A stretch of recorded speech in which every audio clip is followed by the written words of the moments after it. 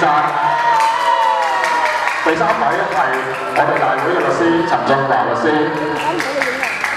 第四位係新昌管理服務有限公司分區經理鄧興成先生。跟住就係天頌苑管業經理方家榮先生嘅，咁佢轉頭亦都會喺會場嗰度送頭上㗎啦。咁首先咧，我哋就進入大會嘅議程一嘅。咁個議程一咧就係業主委員會工作同埋財務報告。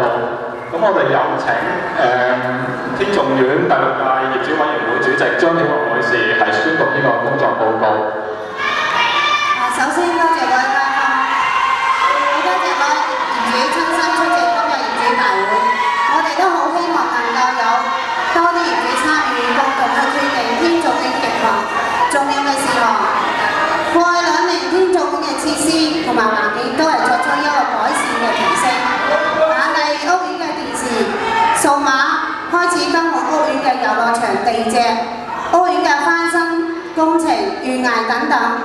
因為天頌苑入伙已經10年，而提升改善工程將有需要繼續去進行。除咗以上嘅之外，我哋嘅工作大概重點都係同房委會繼續商討2棟段莊嘅管理費問題。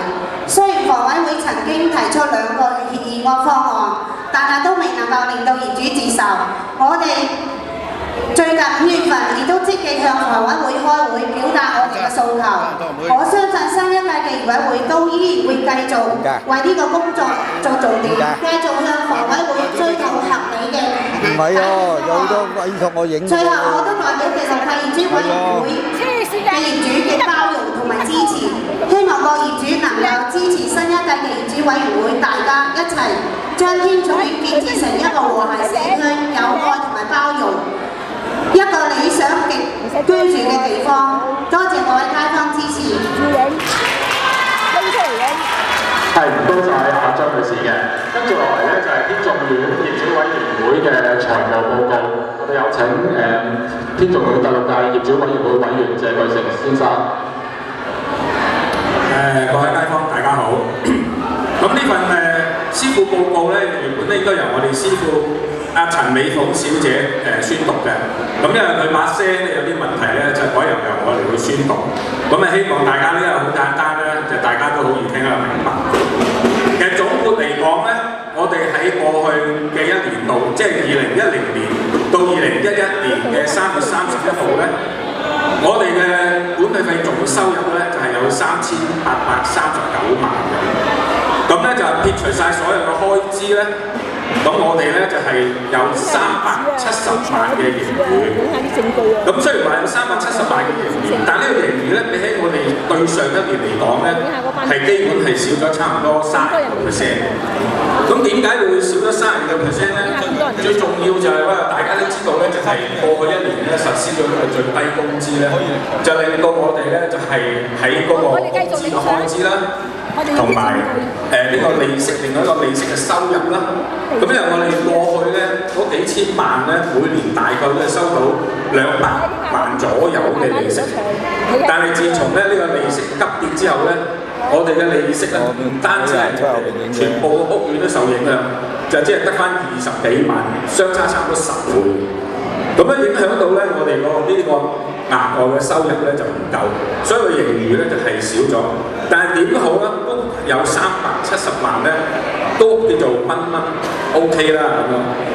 咁我哋而家咧最主要咧就係話要喺未來點樣籌劃，去壓縮開支，同埋咧將我哋應該使嘅錢就使，應該慳嘅錢咧就去慳咧，嚟到希望咧嚟補救咧就減低管理費嘅加價。咁呢個咧都係未來新一屆咧委員咧好重要嘅工作。咁而家嘅現時狀況又點咧？如果我哋喺今年度至到3月31日為止咧，我哋而家咧就係有5000幾萬嘅盈餘啦，呢個係實際盈餘嚟嘅。另外有900幾萬咧，差唔多1000萬咧，就係呢個所謂叫維修基金。咁大家都知道咧，我哋每一戶咧就每一個月咧有10蚊咧，就係撥落去所謂叫維修基金。咁我哋兩條數加埋咧，而家咧有6241萬。咁咧基本上咧都係一個比較穩妥嘅數字，唔算好豐裕，但係都比較穩妥。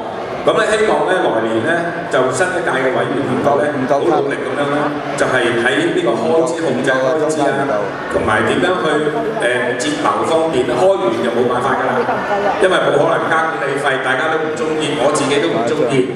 咁所以咧就希望咧就大家咧即係支持。